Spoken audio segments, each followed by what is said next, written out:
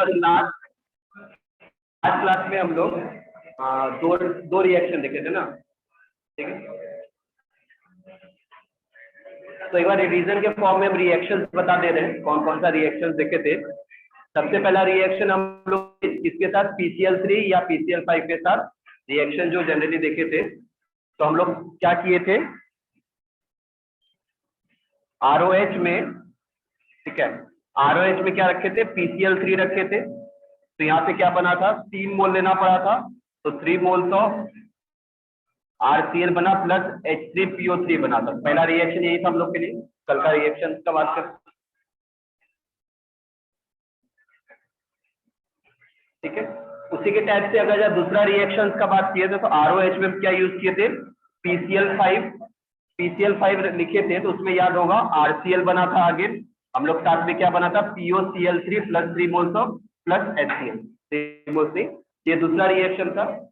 अब ये सारे रिएक्शंस का जब हम लोग बात करें, तो उसके बाद हम लोग तीसरा रिएक्शन जो देखे थे मेन, इसमें हम लोग PBr3 PI3 भी देखे थे, लेकिन वो देखे थे अनस्टेबल है। इसके बाद मेन रिएक्शन कहां पर देखे, in the presence of SOCl2। Thionyl chloride में देखे थे। थायोनाइल क्लोराइड में जनरल रिएक्शन जब देखे तो क्या था, RCl plus SO2 plus HCl। और हम लोग ये भी देखे थे कि SO2 और HCl एक गैस है, तो गैस होने की वजह से क्या होता था, रिएक्शन जो है लीचेटेड प्रिंसिपल के अकॉर्डिंग फॉरवर्ड डायरेक्शन में प्रोसीड होगा, क्योंकि प्रोडक्ट का कंसेंट्रेशन हमेशा क्या हो रहा है, कम हो रहा है, या प्रोडक्ट का नंबर ऑफ मोल्स हमेशा घट रहा है। तो ये क्या था, best method for preparation of, both of this is the one of the best method for the preparation of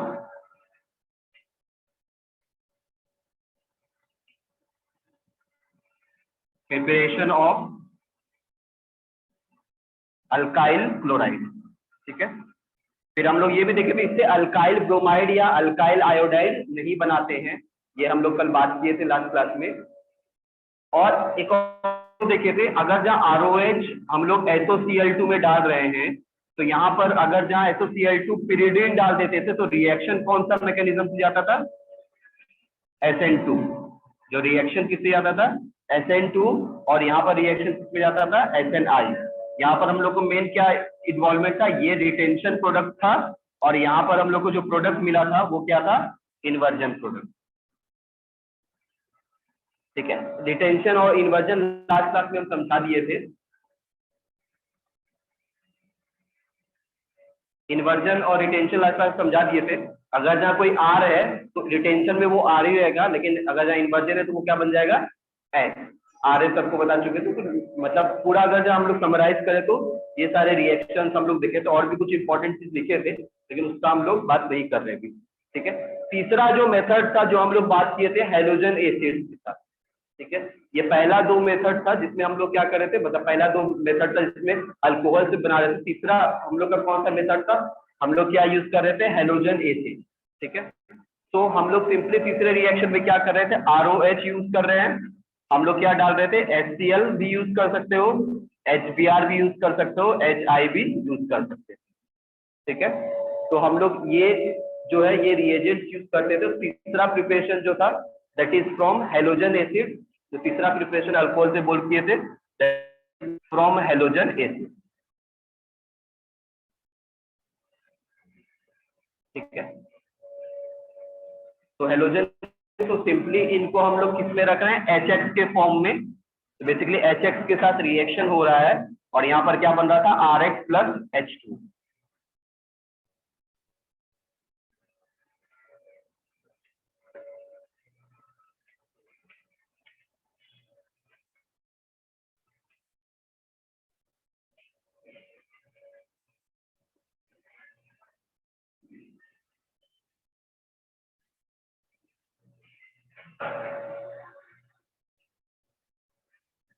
ठीक है। अब अगर रिएक्टिविटी का बात किया जाए, तो कोई मेरे को बताएगा कि रिएक्टिविटी का अगर हम लोग बात करें तो किसका रिएक्टिविटी ज्यादा होगा, HX में। अगर हम लोग रिएक्टिविटी का बात करें तो किसका रिएक्टिविटी ज्यादा होगा,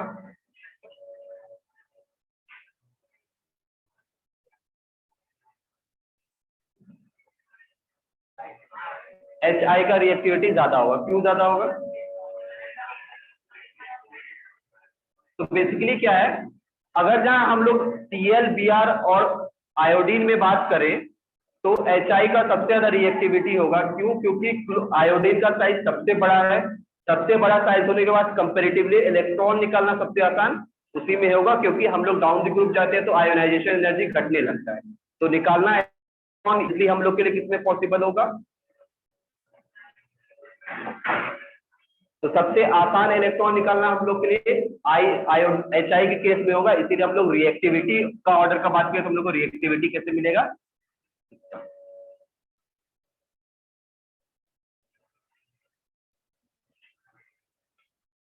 ठीक है। अगर जहां हम लोग न्यूक्लियोफिलिसिटी का बात करें, अगर जब हम लोग न्यूक्लियोफिलिसिटी का बात करें तो न्यूक्लियोफिलिसिटी बेसिकली क्या होता है? Reactivity of a nucleophile is called nucleophilicity. यह पता है तो पता होगा तुम लोग को। तो रिएक्टिविटी ऑफ न्यूक्लियोफाइल को हम लोग क्या बोलते हैं? न्यूक्लियोफिलिसिटी। तो ये बताओ कि I माइनस Cl माइनस और sorry I minus Br minus और कौन सबसे ज्यादा न्यूक्लियोफिलिक होगा?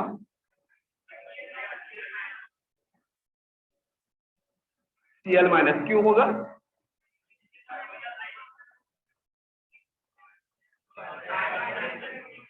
न्यूक्लियोफिलिसिटी किस बेसिस पे डिसाइड करते हैं? न्यूक्लियोफिलिसिटी किस बेसिस पे डिसाइड करते हैं? तो न्यूक्लियोफिलिसिटी होता है डोनेटिंग कैपेबिलिटी के ऊपर। ठीक है। अगर जहां हम लोग आयोडीन का बात करें तो आयोडीन से सबसे कम फोर्स ऑफ अट्रैक्शन से इलेक्ट्रॉन अट्रैक्टेड है, इसीलिए आसानी से I माइनस इलेक्ट्रॉन क्या कर सकता है? के फॉर्म में दे सकता है, इसीलिए हम लोग को सबसे ज्यादा न्यूक्लियोफिलिक कौन होगा? I minus.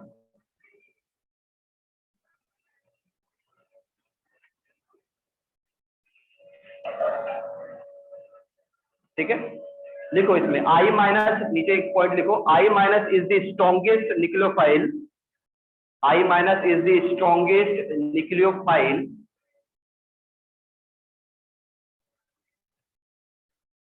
because it has bigger size, because it has bigger size,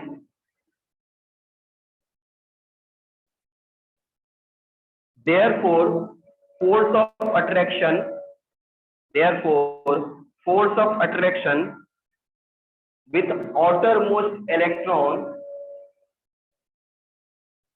with outermost electron is not strong,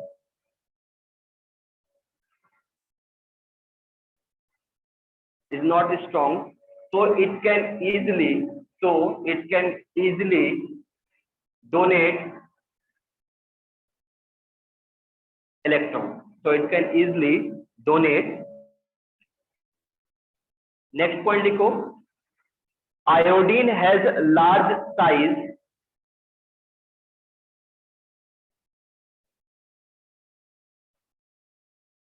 and weak force of attraction, and weak force of attraction, so it can easily donate electrons, so it can easily donate electrons, so it will require less amount of, so it will require less amount of activation energy, less amount of activation energy. ठीक है, तुम लोगों को graph याद है? Activation energy जो portion होता है वो क्या होता है? जितना छोटा एक्टिवेशन एनर्जी होगा उतना ज्यादा रिएक्शन। हम लोग को ध्यान क्या होता है? Lesser the activation energy greater will be the rate of reaction. तो नीचे में ब्रैकेट लिख लेना, lesser the activation energy, lesser the activation energy greater will be rate of the reaction, greater will be rate of the reaction.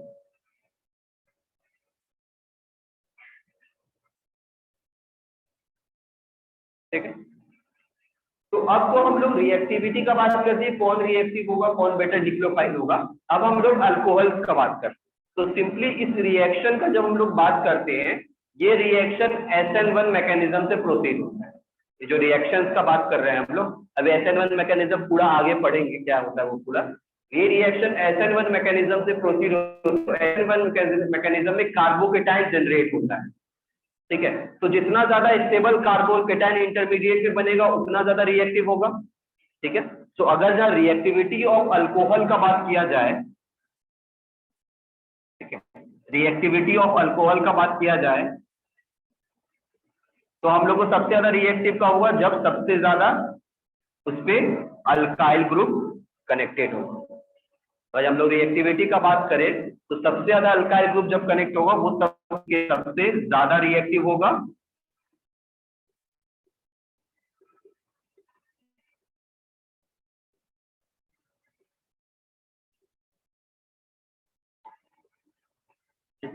तो reactivity का अगर जब बात करें तो अल्काइल ग्रुप घटेगा तो रिएक्टिविटी भी घटने लगेगा अल्कोहल।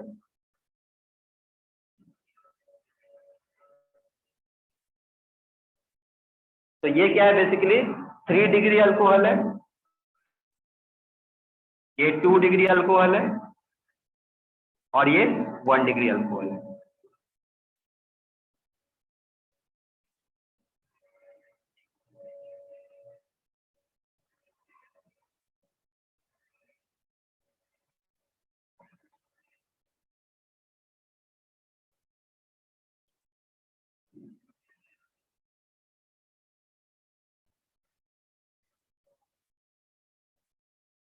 ठीक है, देखो अभी हम लोग को फिलहाल ये नहीं पता है कि SN1 मैकेनिज्म है क्या होता है। तो SN1 मैकेनिज्म नहीं है तो कैसे हम लोग डिसाइड करेंगे कि रिएक्टिविटी ज्यादा होगा। अगर जहाँ इस बॉन्ड का पोलैरिटी ज्यादा हो गया तो इलेक्ट्रॉन का खिंचाना ज्यादा आसान हो गया। अगर जब हम लोग ये कार्बन ऑक्सीजन का बॉन्ड का बात करें, ये ज्यादा पोलर हुआ तो ऑक्सीजन के पास इलेक्ट्रॉन ज्यादा रहे तो वो आसानी से इलेक्ट्रॉन खींच के निकाल सकता है। मतलब यहाँ पर हम लोग ये बोल सकते हैं कि अगर बॉन्ड का पोलैरिटी ज्यादा तो रिएक्टिविटी ज्यादा, क्योंकि वो जो वाटर बनने वाला है बेसिकली H+ अटैक करेगा और वाटर बनने वाला है, तो वो बॉन्ड जितना ज्यादा पोलर हो जाएगा उतना ही ज्यादा वो रिएक्टिव हो जाएगा। यहाँ पर अभी ये बोल सकते हैं, बाद में SN1 सीखेंगे तो बहुत आसान हो जाएगा वो चीज। तो यहाँ पर हम लोग बोल सकते हैं तो सबसे ज्यादा बॉन्ड पोलर किस केस में, ठीक है, ये बताओ सबसे ज्यादा इलेक्ट्रॉन डेंसिटी किसके पास है, इस कार्बन के पास। तो सबसे ज्यादा इलेक्ट्रॉन खींचेगा ऑक्सीजन किस पोर्शन से, उसी पोर्शन से। तो सबसे ज्यादा पोलर बॉन्ड भी हम लोग को पहले क्या मिलेगा, उस पहले वाले केस में जहां पर 3 डिग्री अल्कोहल है। फिर से बोल रहे हैं कि कार्बन में इलेक्ट्रॉन डेंसिटी सबसे ज्यादा किसमें है, 3 डिग्री अल्कोहल में। जितना ज्यादा इलेक्ट्रॉन डेंसिटी होगा, सामने वाला इलेक्ट्रोनेगेटिविटी ज्यादा है तो वो क्या करेगा, उतना ज्यादा खींच लेगा। एक एग्जांपल है प्रहलाद और निर्मल के प्लेट में खाना, ठीक है। अब उसको जितना खाना है और उसके पास जितना ज्यादा है वो उतना ही ले लेगा। सिंपल एग्जांपल, उसके खाना प्लेट में जितना ज्यादा खाना होगा वो जितना चाहेगा उतना ले लेगा, क्योंकि उसका हमेशा कैपेबिलिटी ज्यादा है उससे। तो यहाँ पर क्या है, कार्बन के पास जितना इलेक्ट्रॉन डेंसिटी ज्यादा रहेगा उतना ही सामने वाला क्या कर सकता है, विड्रॉ कर सकता है, अगर वो ज्यादा इलेक्ट्रोनेगेटिव एलिमेंट है।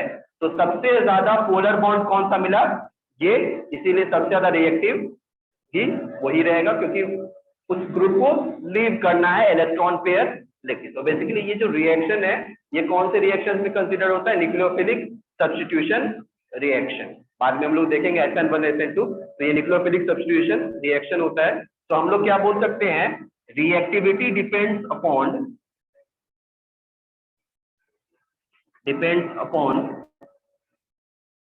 Polarity of the bond.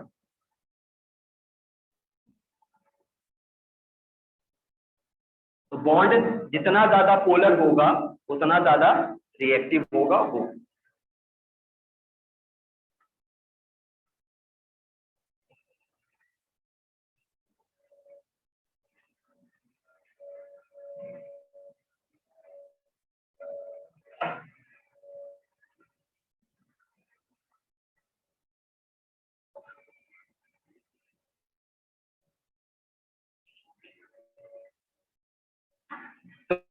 In 3 degree alcohol greater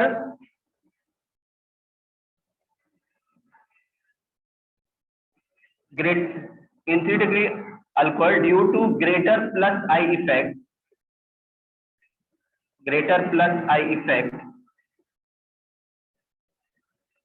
carbon has highest electron density.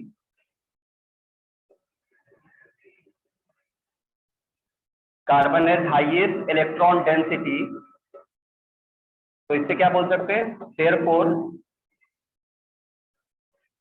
COH bond is more polar in nature.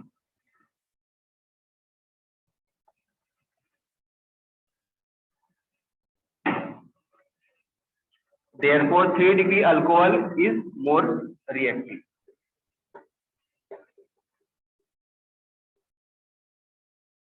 ठीक है, वही चीज हम लोग लिख लिए कि 3-degree अल्कोहल क्या होगा, ज्यादा रिएक्टिव हो, क्योंकि कार्बन के पास हाईएस्ट इलेक्ट्रॉन डेंसिटी है, तो सामने वाला उतना ज्यादा विड्रॉ कर सकता है, इसीलिए बॉन्ड ज्यादा पोलर होगा हम लोग.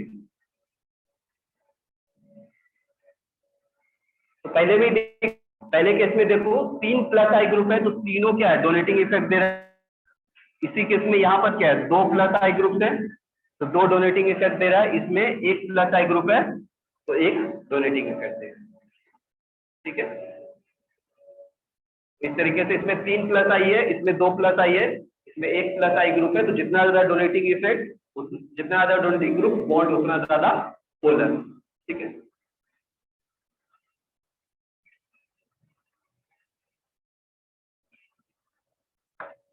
ये बोल सकते हैं this reaction is proceed through SN1 mechanism.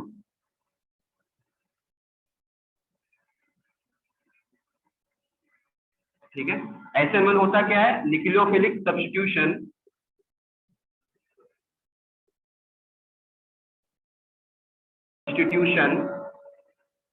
Unimolecular.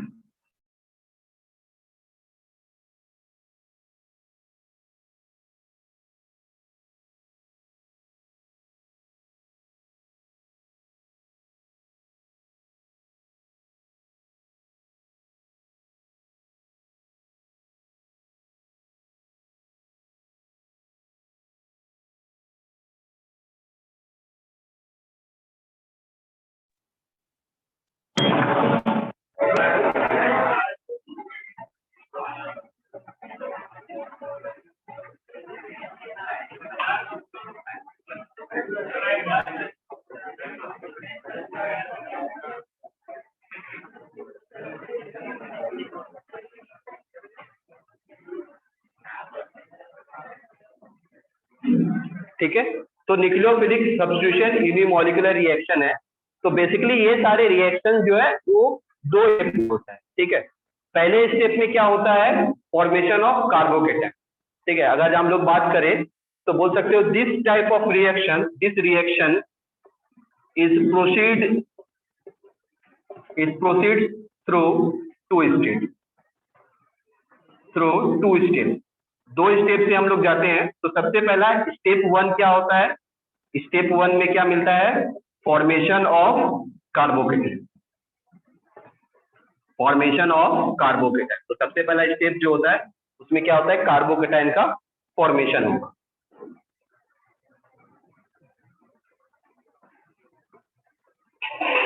देखो कार्बोकेटायन अगर जहाँ फॉर्म करना है तो सिग्मा बॉन्ड तोड़ना है ना. अगर कार्बोकेटायन हम लोग को बनाना है तो सिग्मा बॉन्ड तोड़ना है. सिग्मा बॉन्ड तोड़ना आसान होता है या डिफिकल्ट होता है?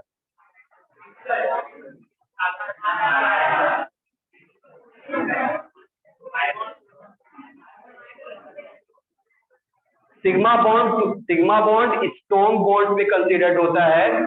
सिग्मा बॉन्ड ना डिफिकल्ट है हम लोग के लिए. तो सिग्मा बॉन्ड अगर तोड़ना डिफिकल्ट है तो सिंपली क्या है, वो स्टेप जो होगा वो स्लोएस्ट स्टेप होगा. ये हम पहले ही तुम लोगों को पनीर बटर मसाला, चिकन बटर मसाला कहानी सुना चुके हैं. ठीक है, कि अगर जब हम लोगों को कोई चीज प्रिपेयर करना होता है तो उसके लिए लंबा समय लगता है, लेकिन जब खाना होता है तो तुरंत पेट में चला जाता है क्योंकि पेट भूखा है. तो उसी टाइप से अगर जहाँ बॉन्ड तोड़ना हो हम लोग को, तो बॉन्ड तोड़ना डिफिकल्ट होता है, तो इसीलिए जो पहला स्टेप होता है वो क्या होता है, स्लो स्टेप होता है। अब जैसे ही कार्बोकेटाइन जनरेट हो जाएगा तो न्यूक्लियोफाइल तो तैयार है अटैक करने के लिए, तुम खाने पे अटैक करने के लिए तैयार हो, उसी टाइप से न्यूक्लियोफाइल क्या है, अटैक करने के लिए तैयार है। तो वो जैसे ही कार्बोकेटाइन जनरेट होता है वो तुरंत रिएक्ट कर जाता है। तो जो फॉर्मेशन ऑफ कार्बोकेटाइन है वो क्या है हम लोग के लिए स्लोएस्ट स्टेप है, और वो है रेट डिटरमाइनिंग स्टेप है। तो जो पहला स्टेप है तो यहाँ पर OH है, ठीक है, तो H प्लस अटैक करता है और यहाँ पर हम लोग को क्या होता है, कार्बोकेटाइन जनरेट होगा प्लस H2O, ठीक है, ये बना। And this is the slowest step, और इसी को हम लोग क्या बोलेंगे, RDS, मतलब rate determining step.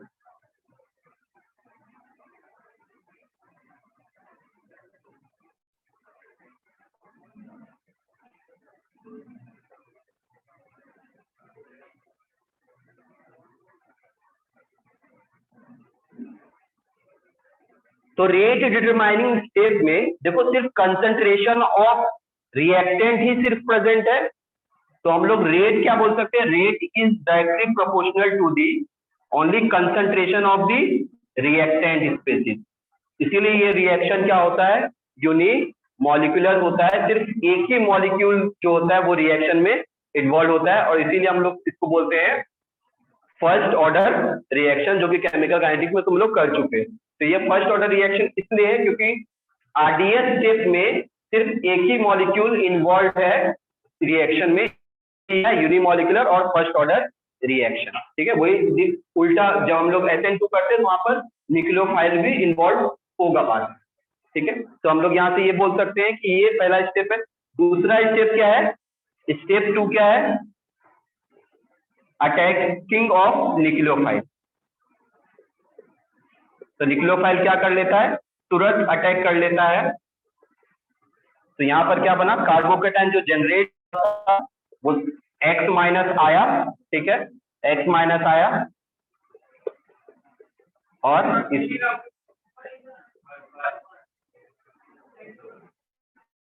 X minus आया, X माइनस इस टाइप से अटैक किया। तो देखो यहाँ पर हम तुमको रिएक्शन में X अपोजिट साइड भी लगाए हैं, बैक साइड भी लगाए हैं। मतलब SN1 रिएक्शन में क्या होता है, कार्बोकेटाइन जनरेशन होने के वजह से यहाँ पर हमेशा हम लोग को रेसमिक मिक्सचर मिलने का चांस होता है। अगर हम लोग बात करें SN1 रिएक्शन में, तो यहाँ पर रेसमिक मिक्सचर बनने का चांस है क्योंकि इंटरमीडिएट जो है वो प्लेनर मॉलिक्यूल है। अगर जहाँ मान के चलो, अगर जहाँ कोई भी मॉलिक्यूल प्लेनर है, मान के चलो प्लेनर है, तो दोनों तरफ से उसको जो स्टेरिक, वो ऊपर से भी आके अटैक कर सकता है, नीचे से भी आके अटैक कर सकता है। तो स्टेरिक इंडेक्स दोनों के लिए उस केस में क्या है, बराबर है। इसीलिए हम लोग क्या बोल सकते हैं, ये मॉलिक्यूल जो होता है वो हमेशा क्या होता है, D और L देगा। ये हम लोग अभी नहीं बात कर रहे हैं कि वो पक्का रेसमिक मिक्सचर होगा, अब बोल रहे हैं कि वो D और L दोनों देगा, लेकिन 100% 50-50 होगा या नहीं होगा ये अभी हम लोग बात नहीं कर रहे। वो हम लोग SN1 में जब पढ़ाई करेंगे तब वहां बात करेंगे कि वो कब हम लोग को मिलता है रेसमिक मिक्सचर, ठीक है। तो बस हम लोग ये बस अभी देखना चाह रहे हैं यहाँ से कि हम लोग को यहाँ पर D और L दोनों मिलेगा न्यूक्लियोफाइल के अटैक के बाद। और ये जो स्टेप होगा ये क्या होगा, फास्ट स्टेप होगा। ये जो स्टेप होगा वो क्या होगा हम लोग के लिए, फास्ट स्टेप होगा।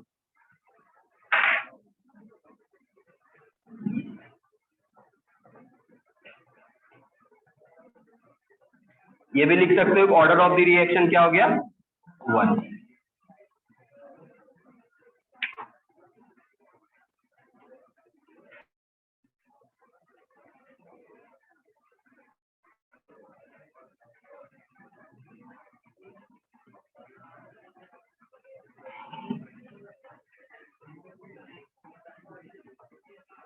ठीक है, तो बेसिकली इंटरमीडिएट अगर जहाँ देखना हो तुमको, स्टेबिलिटी ऑफ कार्बोकेटाइन पे आते हैं।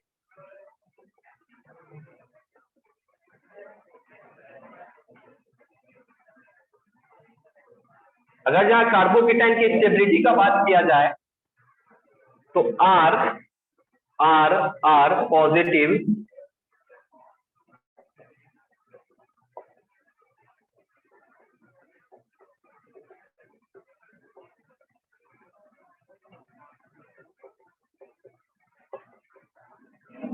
ठीक है, ये कार्बोकेटाइन है। सबसे ज्यादा स्टेबल कार्बोकेटाइन कौन सा है?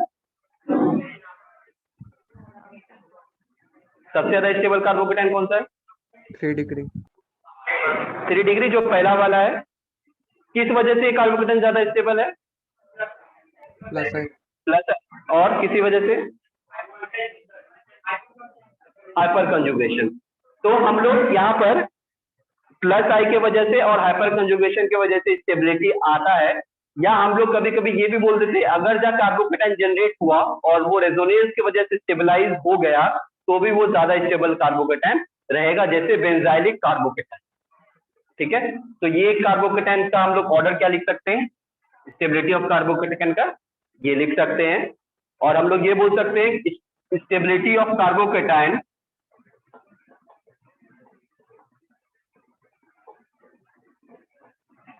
डिपेंड्स ऑन, किस पे डिपेंड करता है? प्लस आई इफेक्ट, या बोल सकते हो इंडक्टिव इफेक्ट के पे हम डिपेंड करता है। फिर हम लोग क्या बोल सकते हैं, हाइपर कंजुगेशन पे डिपेंड करेगा, और किस पे डिपेंड कर सकता है? रेजोनेंस पे।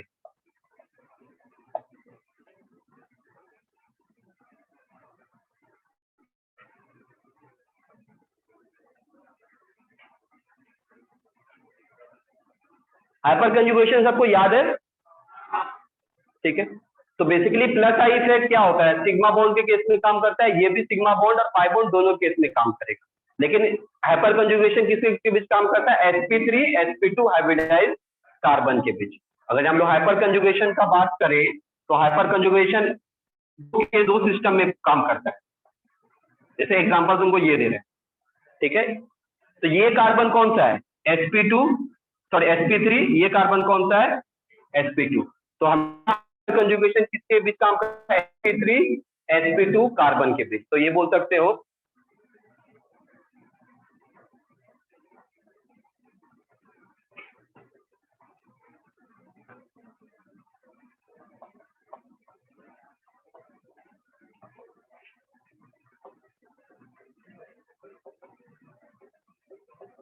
ठीक है, तो sp3 sp2 hybridised carbon is involve in hyper conjugation. Hyper conjugation में sp3 और sp2 हाइब्रिडाइज्ड कार्बन प्रेजेंट रहता है।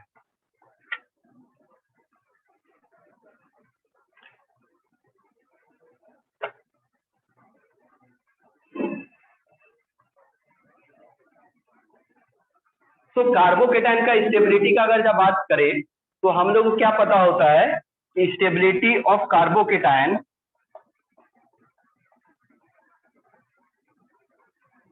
Is directly proportional to plus I effect. ये पता है ना? प्लस आई इफेक्ट क्यों? क्योंकि कार्बन के पास 6 इलेक्ट्रॉन है, उसको ऑटोमोस्ट कितना चाहिए? 8।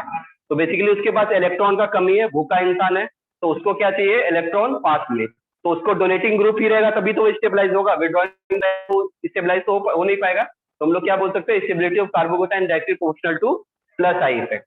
ठीक है, हाइपर कंजुगेशन में क्या बोल सकते हैं? Directly proportional to number of alpha hydrogen. जितना ज्यादा अल्फा हाइड्रोजन होगा उतना ज्यादा कार्बोकेटाइन स्टेबल होगा और उतना ज्यादा वो क्या होगा? रिएक्टिव होगा।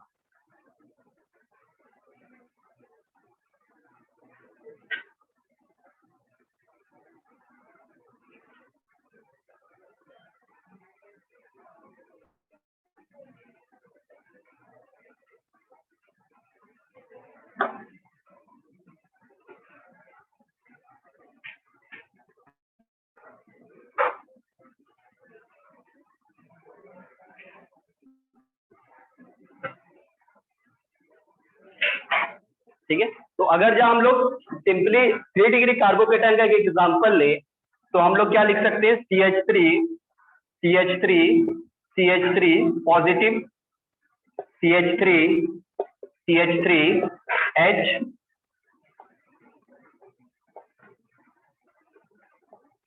ठीक है, पहले केस में अल्फा हाइड्रोजन कितना हो गया? 9। ठीक है, 9 अल्फा। दूसरे केस में 6, तीसरे केस में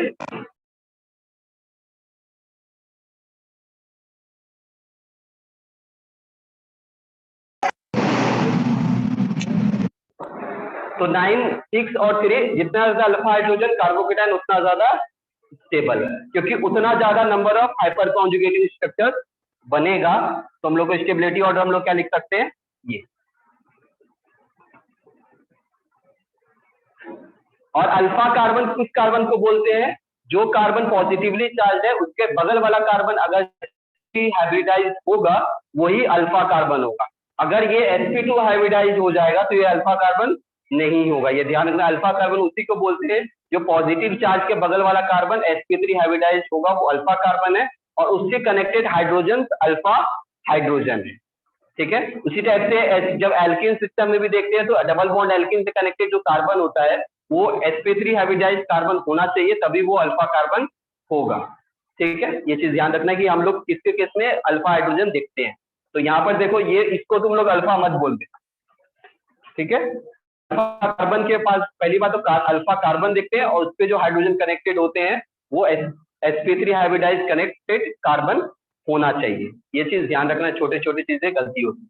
उसी टाइप से बेंजाइलिक और अलाइलिक कार्बोकेटाइन क्या होता है, ज्यादा स्टेबल होता है ड्यू टू रेजोनेंस। ठीक है, तो यहाँ पर ये भी बोल सकते हो, ये भी बोल सकते हो पॉइंट में, benzylic and allylic carbocation are more stable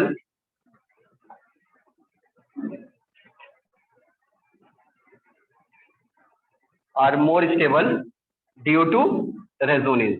तो रेजोनेंस की वजह से वो क्या होगा, ज्यादा स्टेबल होता है। क्यों? क्योंकि अगर जब हम लोग एक एग्जांपल लें, CH2OH और H+ डालें इसमें, यहाँ से क्या जनरेट हुआ, बेंजाइलिक कार्बोकेटाइन। ठीक है, और ये कार्बोकेटाइन क्या है, पूरे स्ट्रक्चर में रेजोनेंस स्टेबलाइज। ठीक है, जो कार्बोकेटाइन है वो पूरे स्ट्रक्चर में क्या है, रेजोनेंस स्टेबलाइज। उसी टाइप से अलाइलिक वाला केस देख लेते हैं, CH2 double bond CH, CH2OH और यहाँ पर H+ डाल क्या, CH2 पॉजिटिव, और ये वाला देखो रेजोनेंस स्टेबलाइज्ड है। तो बेंजाइलिक और अलाइलिक कार्बोकेटाइन भी ज्यादा स्टेबलाइज होगा रेजोनेंस। बस हम लोग को कार्बोकेटाइन में पता है कि 3 डिग्री कार्बोकेटाइन ज्यादा स्टेबल होता है बेंजाइल कार्बोकेटाइन। ये ध्यान रखना, ये तुम लोग को एक्सेप्शन बताया गया होगा कि ये जो कार्बोकेटाइन है ये ज्यादा स्टेबल होता है इस बेंजाइलिक कार्बोकेटाइन से, और किसी रेजोनेंस स्ट्रक्चर से ज्यादा स्टेबल नहीं होगा बेंजीन, सिर्फ इस केस के को लेकर। अगर जहां हम लोग कोई ग्रुप जोड़ देंगे OH ग्रुप में से कोई +R ग्रुप ऐड हो जाएगा तब वो ज्यादा स्टेबल नहीं होगा। सिर्फ ये केस पे ध्यान रखना है कि इन दोनों में ज्यादा स्टेबल कौन होगा, ये। ठीक है, काफी कॉमन क्वेश्चन है, आ जाता है एग्जाम में कभी कभी, और तुमको डिसाइड करना। ठीक है, अब कार्बोकेटाइन जनरेट हुआ है तो रीअरेंजमेंट भी होगा। हम रिवीजन क्लास में रीअरेंजमेंट बहुत अच्छे से कराए थे, अगर किसी को याद हो। तो कार्बोकेटाइन जब अगर जनरेट होगा तो रीअरेंजमेंट भी होना है। तो अब हम लोग देखते हैं रीअरेंजमेंट ऑफ कार्बोकेटाइन।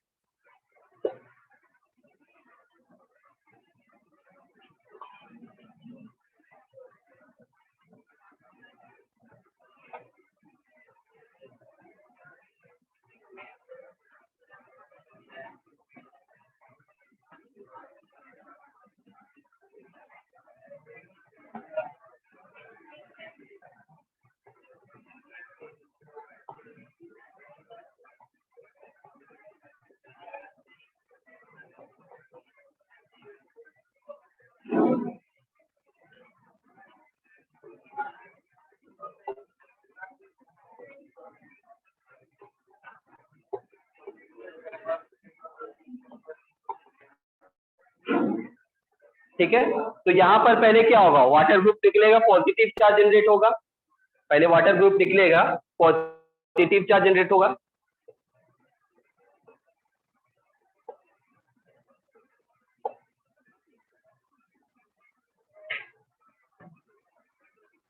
ठीक है, तो यहाँ पर हम लोग को ये सीन बना है।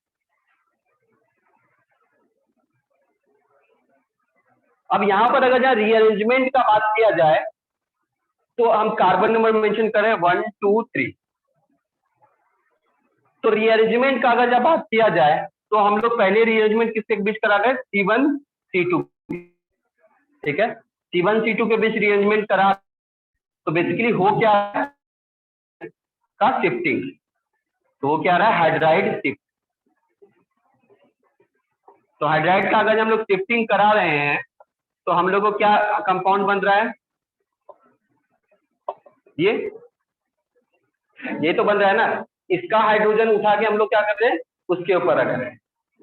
उसी टाइप से अगर यहाँ पर बात करें तो हम क्या किए, C2 C3 के बीच, ठीक है। लेकिन C2 C3 में हमको क्या शिफ्ट कराना है, मिथाइल,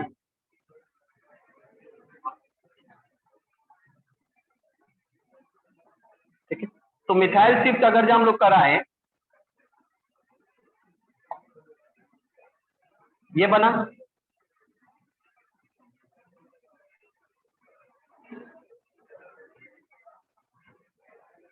अगर जब मिथाइल शिफ्टिंग का बात किया जाए तो मिथाइल शिफ्टिंग से यही बना ना। रीअरेंजमेंट हम लोग कराते क्यों, स्टेबिलिटी गेन करने, क्योंकि ज्यादा स्टेबल इंटरमीडिएट बनेगा तो लेस एक्टिवेशन एनर्जी रिक्वायर्ड होगा फॉर द रिएक्शन। तो हम लोग रीअरेंजमेंट कराते हैं स्टेबिलिटी गेन करने के लिए। तो यहाँ पर ज्यादा स्टेबल स्ट्रक्चर हम लोग के लिए कौन सा बना है, मिथाइल शिफ्ट वाला। शिफ्ट वाला। तो ये हम लोग के लिए क्या है, मोर स्टेबल। तो हम लोग रिएक्शन किससे प्रोसीड करेंगे, इस वाले से। लेकिन इसका मतलब ये नहीं कि इसका प्रोडक्ट नहीं बने, लेकिन मेजर हम लोग को कहां से मिलेगा, उधर से। समझ में आया। अब इस केसेस में तुम लोग को अभी हम दोनों करके इसलिए दिखाएं क्योंकि बहुत सारे एग्जांपल्स में तुम लोग को अभी प्रैक्टिस के फॉर्म में खुद से दोनों करके देखना चाहिए। क्योंकि बहुत बार क्या होगा, जल्दबाजी में तुम जल्दबाजी में निकल जाओगे, हो सकता है तुम वैसा शिफ्टिंग मिस कर गए हो जहां पर तुमको ज्यादा स्टेबल मिलेगा। अभी हम एग्जांपल उसका देंगे, ठीक है। तो यहाँ पर हम लोग को ये ज्यादा स्टेबल है। तो अब जो भी न्यूक्लियोफाइल है वो किस पे अटैक करेगा, उस कार्बोकेटाइन पे। मतलब ये मोर स्टेबल है ड्यू टू किसकी वजह से, हाइपर कॉन्जुगेशन। हाइपर कॉन्जुगेशन भी बोल सकते हो, इफेक्ट भी बोल सकते हो, हाइपर कॉन्जुगेशन भी बोल सकते हैं, इंडक्टिव इफेक्ट भी बोल सकते हैं। लेकिन कार्बोकेटाइन के केस में जनरली हम लोग किसका बात करते हैं, हाइपर कॉन्जुगेशन, ठीक है।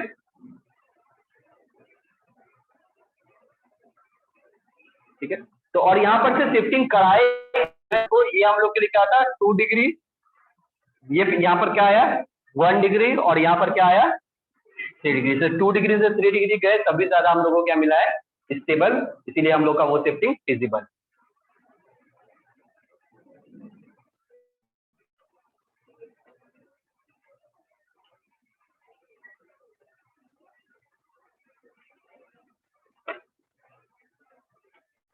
इसमें तुम लोगों को लगता होगा कि बार बार हम लोग रीअरेंजमेंट करा सकते हैं या नहीं। एक सवाल ये होता है कि बार बार रीअरेंजमेंट करा सकते हैं। बेसिकली इसमें कोई भी न्यूक्लियोफाइल है, जैसे Cl माइनस एग्जांपल तुमको दे रहा है, तो CH3 यहाँ पर क्या आ गया, Cl, और क्या बना, CH, ठीक है। ये प्रोडक्ट बना, इसका हमको उतना टेंशन नहीं है। अब सवाल ये आता है कि हम लोग बार बार कार्बोकेटाइन का रीअरेंजमेंट कर सकते हैं कि नहीं, क्योंकि एक एग्जांपल हम दे रहे हैं, CH3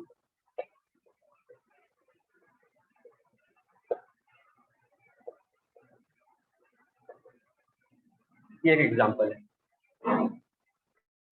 तो यहां पर से हम लोग अगर जहां H+ डाले तो पहले क्या बना,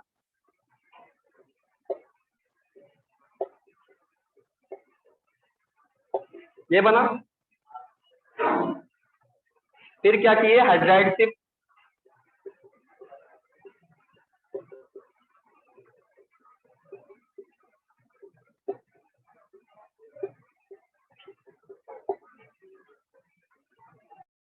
ये बना। चलो थोड़ा आसान करने के लिए हम यहाँ CH3 नहीं H रखते हैं।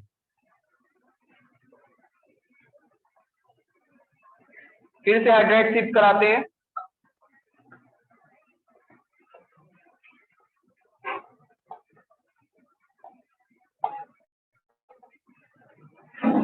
ये हुआ।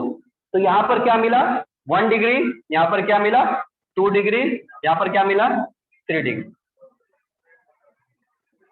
यही मिला ना। ये बताओ सेकंड वाले केस में हाइड्राइड शिफ्ट कर सकते हैं या नहीं। हम बताए हैं रिवीजन क्लास में और रीजन भी समझाए थे, ये हाइड्राइड शिफ्ट करा सकते हैं या नहीं।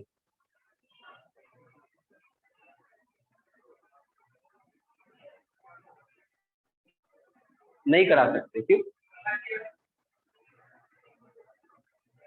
बोलो।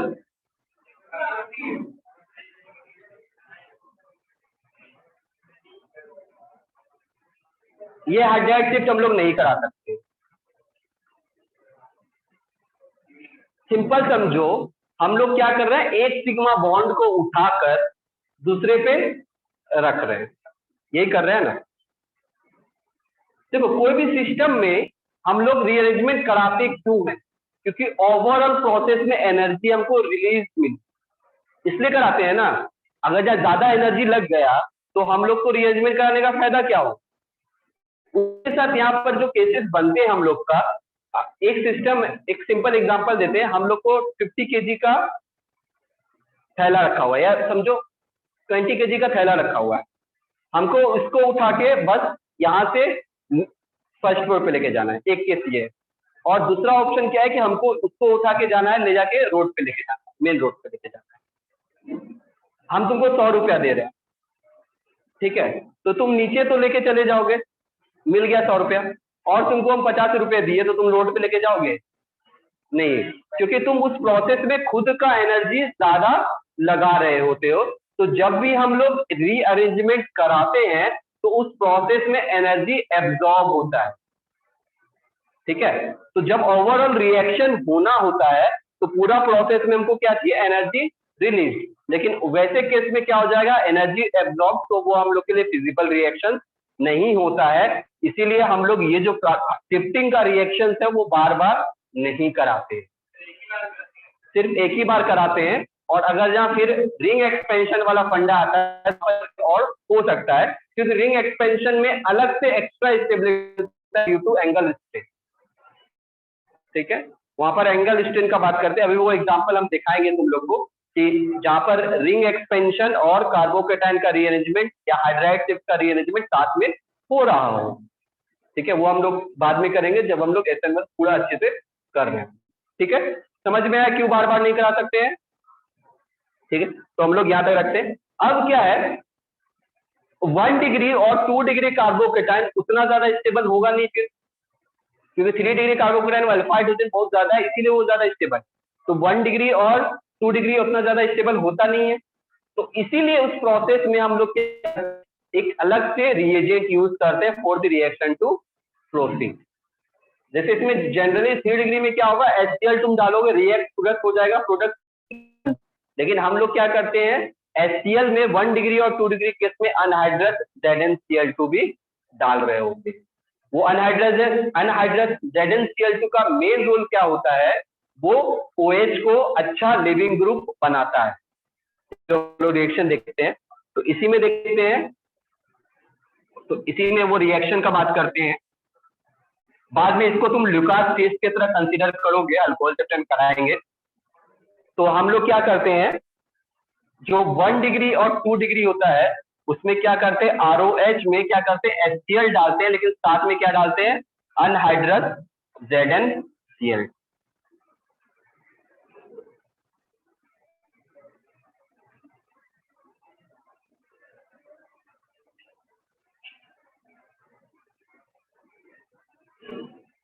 अब ZnCl2 का बात किया जाए तो ZnCl2 का में बेसिकली वो किस में टूटेगा, जिंक 2+ में, यही तो टूटेगा। अगर हम लोग बात करें तो वो जिंक 2+ में टूटेगा। H2+ अगर जहाँ पॉजिटिव चार्ज बना है तो ये लुईस एसिड है या लुईस बेस है, लुईस एसिड है। लुईस एसिड क्यों है, क्योंकि इसके ऑर्बिटल है, ठीक है, 4s सबशेल जो है वो खाली है, तो वैकेंट ऑर्बिटल होने की वजह से ये इलेक्ट्रॉन पेयर एक्सेप्ट कर सकता है। अब OH ग्रुप में ऑक्सीजन क्या है, लुईस बेस है, तो यहाँ पर क्या होगा, लुईस एसिड बेस रिएक्शन। यहाँ पर क्या होगा, अगर हम लोग बात करें इस रिएक्शन का बात करें तो बेसिकली यहाँ पर सिंपली ये जो रिएक्शन होता है इसमें क्या बनता है, RCl। अगर रिएक्शन का बात करें तो इसमें RCl बनता है, ठीक है, प्लस H2O बनता है। तो बेसिकली यहाँ पर अगर Zn2 प्लस का बात करें तो क्या हम लोग के लिए एक लुईस एसिड,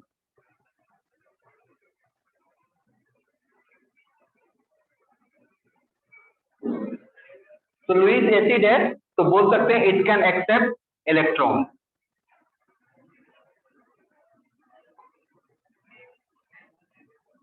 तो उसी वजह से यहाँ पर ROH क्या करता है, ये अपना इलेक्ट्रॉन पेयर क्या करता है, इसको डोनेट कर देता है।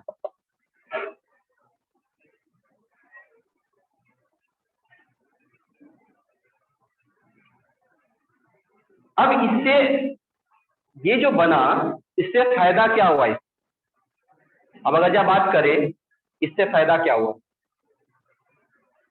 अगर जो यहाँ पर इलेक्ट्रॉन था पहले तो वो किसको डोनेट किया, Zn को। ऑक्सीजन पे इलेक्ट्रॉन डेंसिटी कम हुआ, वो अब क्या करेगा, सामने वाले से और खींचेगा, जिसके वजह से ये बॉन्ड अब और ज्यादा पोलर हो जाएगा।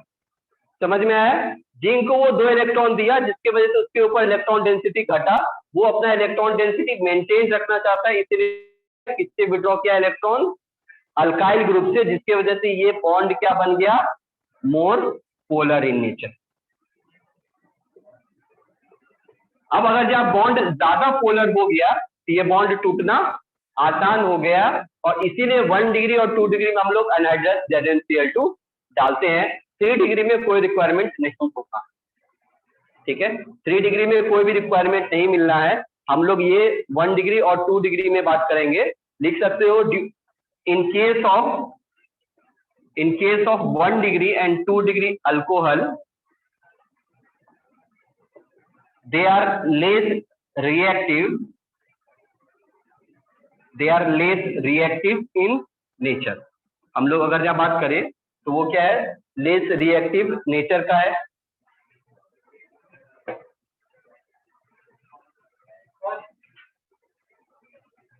हाँ,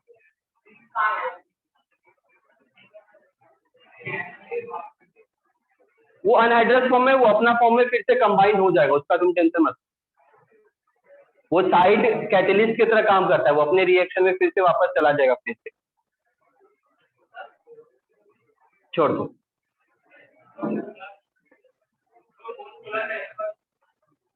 देखो, जिंक को 2 इलेक्ट्रॉन डोनेट किया ऑक्सीजन, अगर जहाँ ऑक्सीजन को 2 इलेक्ट्रॉन डोनेट किया तो उस पर इलेक्ट्रॉन डेंसिटी घटा या बढ़ा, बढ़ा या घटा, घटा। इलेक्ट्रॉन डेंसिटी घटा तो वो अपना इलेक्ट्रोनेगेटिव एटम है, तो वो अपना इलेक्ट्रॉन डेंसिटी क्या करना पड़ेगा, फिर से गेन करने की कोशिश करेगा, तो वो किससे खींचेगा, अल्काइल ग्रुप से। तो इसीलिए बॉन्ड क्या बन गया, मोर पोलर।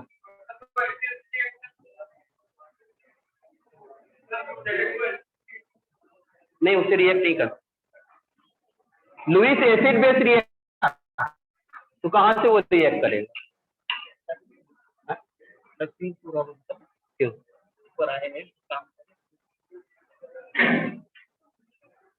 ठीक है। तो लुईस बेसिकली Zn रिएक्ट नहीं कर सकता क्योंकि लुईस एसिड बेस रिएक्शन होना है, ठीक है। तो इसीलिए हम पहले ही बता दिए लुईस एसिड बेस रिएक्शन यहाँ पर हो, ठीक है। तो ये हम लोग सिंपली बोल सकते हैं ड्यू टू प्रेजेंस ऑफ, यहाँ पर बोल सकते हैं due to presence of anhydrous ZnCl2 carbon oxygen bond becomes more polar.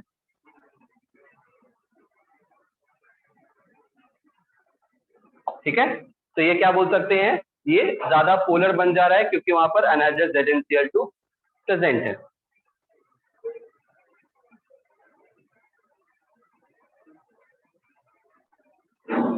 एक और इंपॉर्टेंट डेटा, हम यहाँ पर क्या लिख रहे हैं, अनहाइड्रस ZnCl2, मतलब बोल रहे हैं कि पानी नहीं रहेगा, पानी नहीं रहेगा, ठीक है। पानी मतलब H+ आयन एक्सेस पे प्रेजेंट नहीं है। तो यहाँ पर अगर जब हम लोग केसेस का बात करें तो जो 1 डिग्री और 2 डिग्री के लिए होता है, हम लोग क्या यूज करते हैं, गैसियस HCl। जो हम लोग 1 डिग्री और 2 डिग्री अल्कोहल होगा उसके लिए क्या यूज करेंगे, गैसियस HCl, और वही 3 डिग्री के लिए क्या यूज करते हैं, एक्वस HCl। क्योंकि अनहाइड्रस ZnCl था तो प्रॉब्लम ये होगा कि वो H प्लस को क्या करेगा, वापस उधर जाके प्रोटोनेशन में हेल्प करेगा। H प्लस क्या है, अगेन क्या है हमारे लिए, एक लुईस एसिड। तो ऑक्सीजन को Zn के देने के बजाय वो किसको दे देगा, हाइड्रोजन को। तो जो रिएक्शन का रिएक्टिविटी था वो चेंज नहीं हो पाएगा, रिएक्शन जैसे था वैसे ही होगा, और हम लोग का जो इंटरमीडिएट कॉम्प्लेक्स बना है उतना ज्यादा स्टेबल नहीं होगा।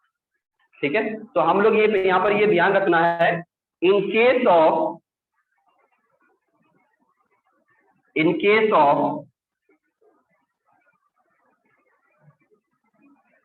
of 1 degree and 2 degree alcohol, gaseous HCl is used। ठीक है, 1 डिग्री और 2 डिग्री अल्कोहल में हम लोग क्या लिखेंगे, ठीक है, गैसियस HCl। और अगर जहां हम लोग एक्वस HCl यूज किए तो क्या होगा, ZnCl2 इनएक्टिव हो जाएगा, हम लोग को उसका हेल्प नहीं मिल पाएगा। तो बोल सकते हो ZnCl2 becomes, sorry, anhydrous ZnCl2 becomes inactive in case of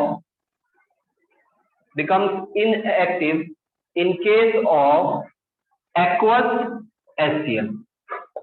ठीक है, रीजन हम बता दिए क्यों इनएक्टिव हो जाएगा।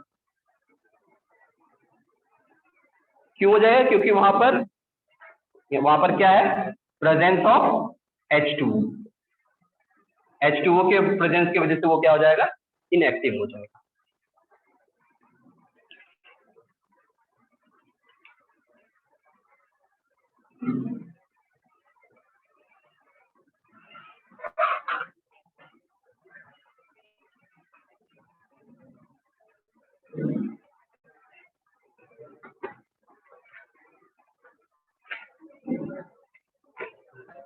ठीक है, तो सिंपली अगर हम लोग बात करें CH3CHHOH, तो हम लोग क्या यूज करना पड़ेगा, HCl in presence of anhydrous ZnCl2, और HCl क्या हम लोग के यहाँ पर गैस। तो HCl हम लोग के लिए क्या होगा यहाँ पर, गैस। तो यहाँ पर से प्रोडक्ट हम लोग क्या बना, CH3H और साथ में आया Cl। उसी टाइप से अगर जहाँ CH3H और OH है, फिर क्या यूज करना पड़ेगा, HCl क्या यूज करना पड़ेगा, गैस अनहाइड्रस ZnCl2, ये बनेगा। और वही 3 डिग्री के केस में अगर हम लोग बात करें तो HCl यहाँ पर क्या यूज करना पड़ेगा, एक्वस, और अनहाइड्रस ZnCl2 का हम लोग को कोई यूज नहीं है।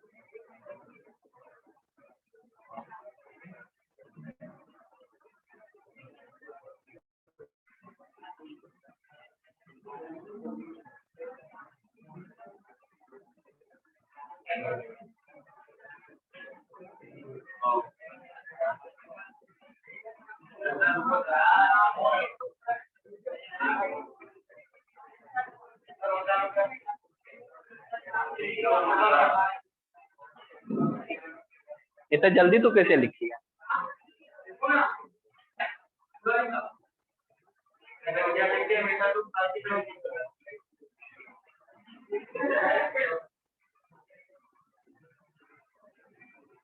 ठीक है। अगर जहाँ इन सारे अल्काइल क्लोराइड और अल्काइल ब्रोमाइड का रिएक्शन का बात किया जाए तो सिंपली यहाँ पर जो रिएक्शंस होते हैं हम लोग डायरेक्ट एडिशन से भी बनाते हैं, इनडायरेक्ट एडिशन से भी बनाते हैं। अभी जैसे हम लोग HCl यूज कर रहे हैं जिसमें हम लोग कैटलिस्ट H+ के फॉर्म में डाल रहे हैं, वो एक डायरेक्ट एडिशन जिसमें क्या हो रहा है, डायरेक्टली वहां पर H+ अटैक कर दे रहा है, Cl- एडिशन होता है। बहुत बार क्या होता है हम लोग सॉल्ट के साथ रिएक्शन करते हैं और साथ में क्या यूज कर लेते हैं, उसका जो करस्पॉन्डिंग एसिड्स होता है जो कि उसके साथ रिएक्ट करके वो फिर से HBr या HCl फॉर्म कर सकता है। उसका एग्जांपल हम तुमको दिखाते हैं। जैसे हम लोग एग्जांपल ले रहे हैं C2H5OH in presence of HBr और यहाँ पर क्या यूज कर रहे हैं, कॉन्सेंट्रेटेड H2SO। तो ये जो रिएक्शन है इसमें डायरेक्ट रिएक्शन हो रहा है, हम लोग को प्रोडक्ट क्या बन रहा है, C2H5Br।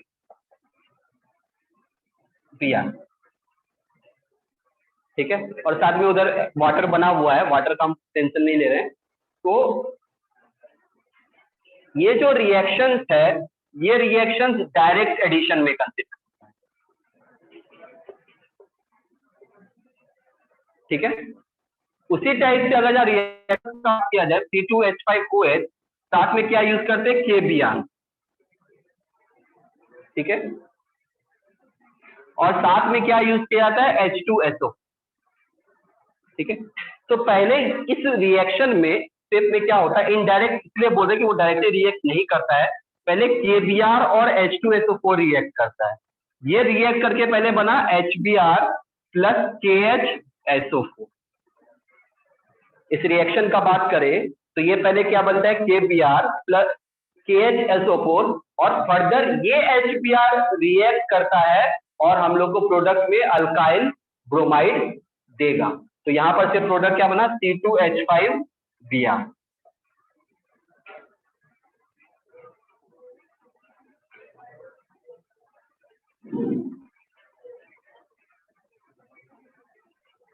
समझ में आया डायरेक्ट और इनडायरेक्ट एडिशन का मतलब? तो ये हम लोग के लिए क्या है, एक इनडायरेक्ट एडिशन।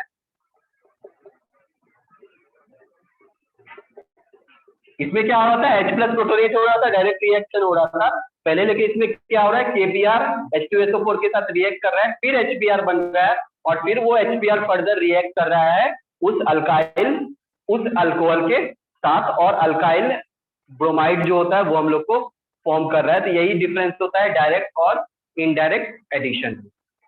अब इसमें नोट पॉइंट में ध्यान रखना,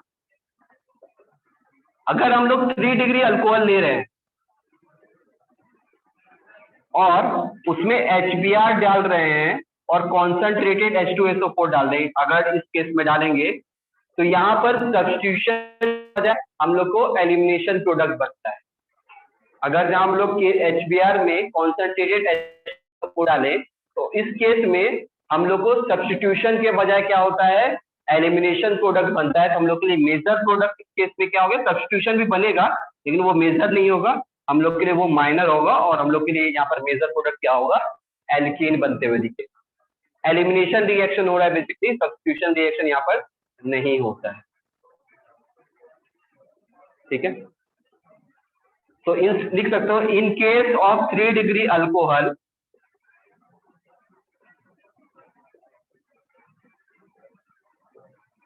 H2SO4 gives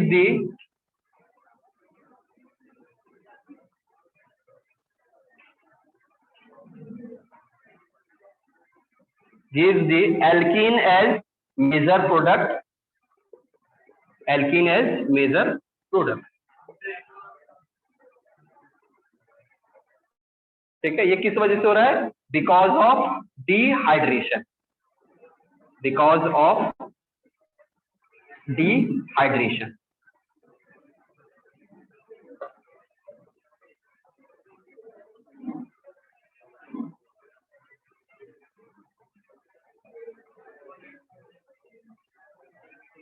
उसी टाइप से हम लोग को जो आयोडाइड का रिएक्शन का बात की, क्लोराइड का सारा रिएक्शन देखिए, ब्रोमाइड का देखिए, आयोडाइड का रिएक्शन का बात करें तो C2H5OH plus K plus HI तो यहाँ पर हम लोग क्या करना पड़ता है, इस केस में हीट करना पड़ता है। तो यहाँ पर से रिएक्शन क्या बनता है, C2H5I।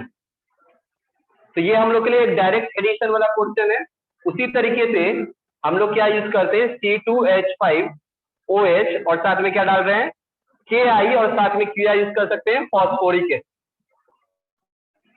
तो पहले इसमें KI क्या होगा, फॉस्फोरिक एसिड के साथ रिएक्ट करेगा, और ये हम लोग के लिए एक इनडायरेक्ट एडिशन का रिएक्शन है, जिसमें KI क्या हो गया, H3PO4 के साथ रिएक्ट किया तो क्या बना हम लोग को, HI प्लस KH2PO4,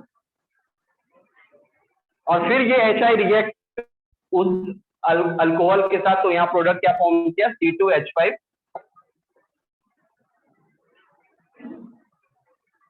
तुम H3PO4 या H2SO4 भी यूज कर सकते हो, यहाँ पर H3PO4 भी यूज कर सकते हो या H2SO4 भी डाल सकते हो, दोनों रिएक्शन फिजिबल है। अब इन रिएक्शंस में बहुत को लग रहा हो कि सर KI H3PO4 या KBr H2SO4 के साथ क्यों रिएक्ट कर जाना है, बहुत को ये लग रहा होगा कि रिएक्शन हो क्यों रहा है। देखो यहाँ पर अगर जहाँ H2SO4 है वो एक एसिड है और KBr हम लोग के लिए सॉल्ट है। अगर जहाँ सॉल्ट के साथ एसिड का रिएक्शन करते हैं हम लोग, तो हम लोग को हमेशा क्या होता है, एसिडिक सॉल्ट मिलता है। और उसी टाइप से अगर जहाँ हम लोग बेसिक कंपाउंड के साथ सॉल्ट का रिएक्शन करते हैं तो बेसिक सॉल्ट मिलता है। वो क्यों होता है, क्योंकि यहाँ पर एसिडिक हाइड्रोजन है, यहाँ पर Br माइनस है, सॉल्ट है तो K प्लस और Br माइनस जनरेटेड है, तो Br माइनस क्या है, एक अच्छा बेस, Br माइनस एक अच्छा बेस है, वो क्या कर सकता है, H प्लस अब्स्ट्रैक्ट कर सकता है। इसीलिए ये जो रिएक्शन है हम लोग को इस टाइप में देखने को मिलता है। तो यहाँ पर ये जो रिएक्शन हो रहा है वो बेसिकली सॉल्ट और एसिड का या सॉल्ट या बेस का रिएक्शन हो सकता है, ठीक है। तो ये रिएक्शन ध्यान रखना। तो डायरेक्ट और इनडायरेक्ट एडिशन का यही डिफरेंस है, और कुछ ज्यादा डिफरेंस नहीं है। इन जो रिएक्शंस लिखा है वो काफी है इसके लिए, ठीक है। आज एक बार तुम लोग को 5 मिनट का टाइम अभी जो हुआ है क्लास में, और कहीं डाउट है तो पूछो। आज पूरे क्लास का रिवाइज करो। ये वाला इसमें डिहाइड्रेशन हो जाता है, मतलब कार्बोकेटाइन जनरेट हुआ, ठीक है, H प्लस जनरेट हुआ। तो यहाँ पर बेसिकली ये जो कंपाउंड है ये HCl और H2SO4 का कॉम्बिनेशन है। H2SO4 का बात करें तो वो क्या कर सकता है, अल्फा हाइड्रोजन खींच सकता है अपनी तरफ, अल्फा हाइड्रोजन अपनी तरफ खींच सकता है ना। तो जब CH3 प्लस बनेगा, मतलब कार्बोकेटाइन जनरेट होगा, तो उसके पास अल्फा हाइड्रोजन होगा। अल्फा हाइड्रोजन कौन लिया, H2SO4, जिसके वजह से वहां पर क्या हो गया, डिहाइड्रेशन। समझ में आया, ठीक है। ये आगे समझ में आएगा जब एलिमिनेशन कराएंगे, तो और बेहतर समझ में आएगा कि रिएक्शन कैसे होता है।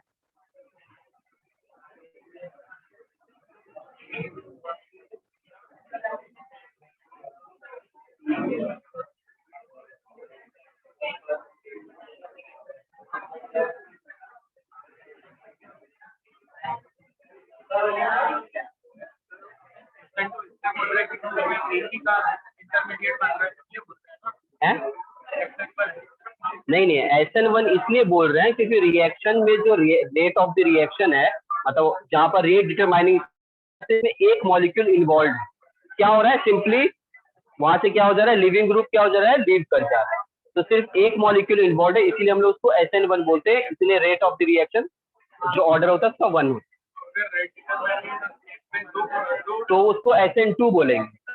प्रोडक्ट नहीं होता, रिएक्टेंट नहीं होता, उसमें रिएक्टेंट और न्यूक्लियोफाइल दोनों इन्वॉल्व होता है। बेसिकली हम लोग उसको एलिमेंट्री रिएक्शन में कंसिडर करते हैं, जहां पर रेट और मॉलिक्यूलरिटी सेम रहेगा। तो जब हम लोग आगे SN2 देखेंगे तो SN2 में रिएक्टेंट और न्यूक्लियोफाइल दोनों में रहेगा, इसीलिए उसको हम लोग क्या बोलते हैं, न्यूक्लियोफिलिक सब्स्टिट्यूशन बाय मॉलिक्यूल। वो हम समझाएंगे SN1।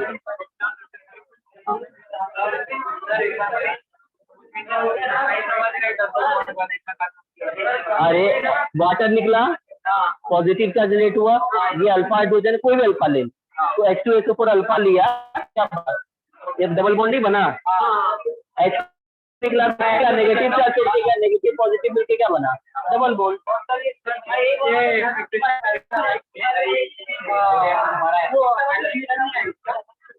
आगे आगे आपने जो जेडेन के साथ करवाए हैं उसको जेडेन की वजह से वो सीओ का कूलर होगा जेडेन निकला क्योंकि वापस